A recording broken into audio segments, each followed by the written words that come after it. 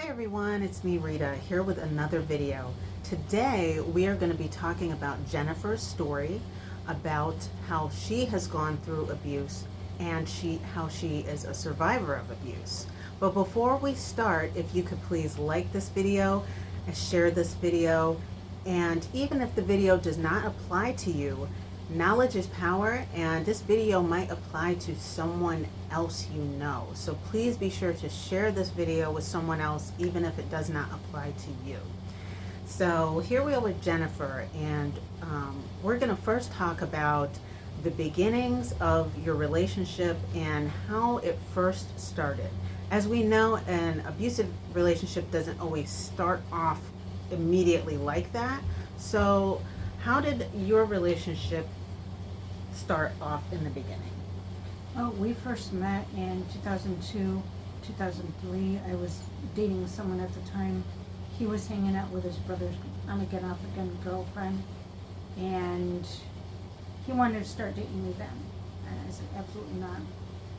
A few months later down the road, between semesters at college, got a call that morning, and from his brother's girlfriend, a friend of mine, of course, and we actually started dating that weekend. And shortly after he moved in with me the first time we were together, he got mad, threw something at me, and I ended up with a scratch on my forehead.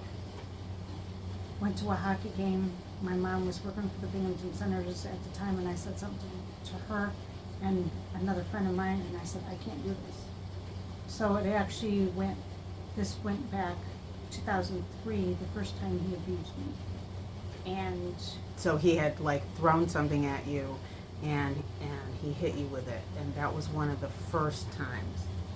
one of my brand new school books, textbooks we needed for classes for anatomy and physiology. So at this point you had said, even that shook you up, and you had said, you know what, I can't do this, I can't be with this person, which was a very good decision. But what happened after that? Well, his brother and the girlfriend his girlfriend came over that night, and she saw that I was acting really weird. I was trying to put makeup on because we were going someplace, and she had said something to me, and I'm like, yeah, he did hit me. And I said, don't tell him, because it'll just get worse. And you recognize at that point that you didn't want to make him upset or angry, because Exactly. something else could trigger him to abuse you. Exactly. It was just, it's called jealousy. They're insecure about themselves, so they take it out on us. Well, he never put his hands on me after that. And sometime after that, come February, we moved from the apartment I had to Binghamton, and never abused me again. But it got to the point I got sick of him being there.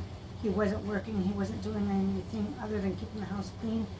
I was sick of not being able to get in the house. We had one key between us. I'm like, the place is in my hands, I want you gone. So him. quite a stretch of time had gone by before the next time that he had actually abused you, because he was trying to kind of show you that it was a mistake and he wasn't going to do it again. And this is very early on in the relationship. Okay, but he, as you said, you guys had one key between the two of you. Now, did you have the key or did he have the key? He was usually home, but he was always locking the door, so I couldn't get in at all, and we were constantly arguing. I'm like, you know what? You're done. I'm out. I had one of my best friends come. She helped me pick up her station wagon, packed up all his crap, took it to his parents. I told his father, I said, I'm done. You can have him back. I don't want nothing to do with him. And that was done. Now, just going back quickly to the key thing, she mentioned that they're in an apartment together and they have one key for the apartment. So this is kind of one of those subtle forms of manipulation that you got to keep in mind. Why would only one partner have a key when two people live together? So these are like little things that we don't realize early on in the beginning of the relationship. They kind of start adding up later on down the road. You look back and you're like, oh, okay, So they had broken up, and then what happened? I moved on. This is when we were in college together, and we were always hanging out, where I was with my best friend Christina. Love you, Chris. And moved on, did my thing, finally graduated a year later from college, and didn't run into him again until I was getting ready to move to Arizona in 2009. So we're talking about quite a few years later then.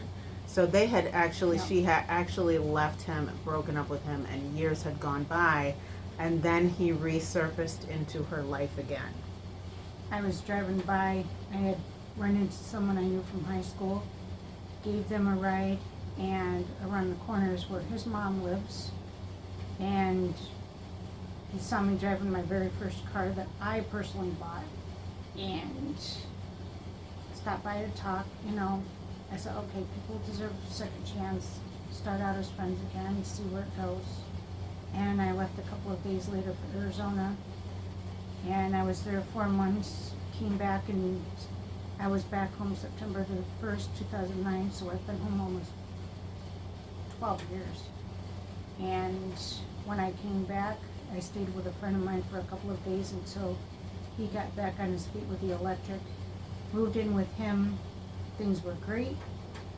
Talked about getting married, got married a few months later, a few days after his birthday, and that's when, you know, just before we got married, That's verbal when abuse and the false accusation started. Okay. So again, just to recap, she had left him after the first time that he had abused her, and many years had gone by. Then she moves away, comes back, and he resurfaces as Mr. Nice Guy. And of course, we always want to give people the benefit of the doubt, you know, and there's nothing wrong with that. We always want to believe that we want to see the good in people.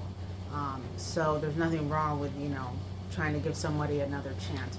But as Jennifer just mentioned, just before they got married, some of those red flags started popping up again.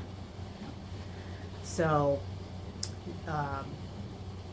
so he starts doing these accusations, started accusing her of, you know, he starts finding little things that to complain about. He starts accusing you of cheating, correct? Yep. And as we've mentioned before, usually when somebody is pointing the finger at you, it is because, you know, they're really pointing the finger at themselves. Whatever they're accusing you of doing is generally, in some way, shape, or form, has something to do with what they're doing or what they're actually thinking about themselves. It's kind of like looking in a mirror. So that he starts nitpicking, starts accusing you of things, but you go on and you decide that you're going to marry him anyhow. And I understand, because folks, I experienced the same exact thing. I married him anyhow. These things happen. Okay, so you get married, and how long would you say it was, like, just before you were married and after you were married? How long before kind of like some of that physical altercation started again? It started January the 4th, 2010, 2 days before I turned 36. Yes, folks, I'm 46 and a half now. Not that I look it, not that I act it, I don't want to. But I don't remember exactly how it started. I just remember him putting his hands on me and around my throat and choking. And I fought and fought and fought. And I was able to stay awake, stay alert. He must have blacked out. I'm not 100% sure at this point, but eventually he snapped out of it, and I literally verbally attacked him.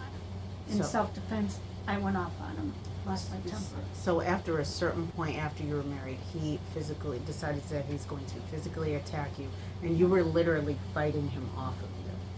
Yeah, basically. Okay. So during this fight, you said that you were basically fighting for your own life. Absolutely. Especially when the hands are around your throat. Very hard to breathe. But there are times when you really need to think about everyone. You see a light flash before your eyes. That was the one and only time he choked me, up until he started doing other things to me as well, that I won't go into at this time. Okay. So this was right shortly after they were married. She experienced a severe physical attack from her husband.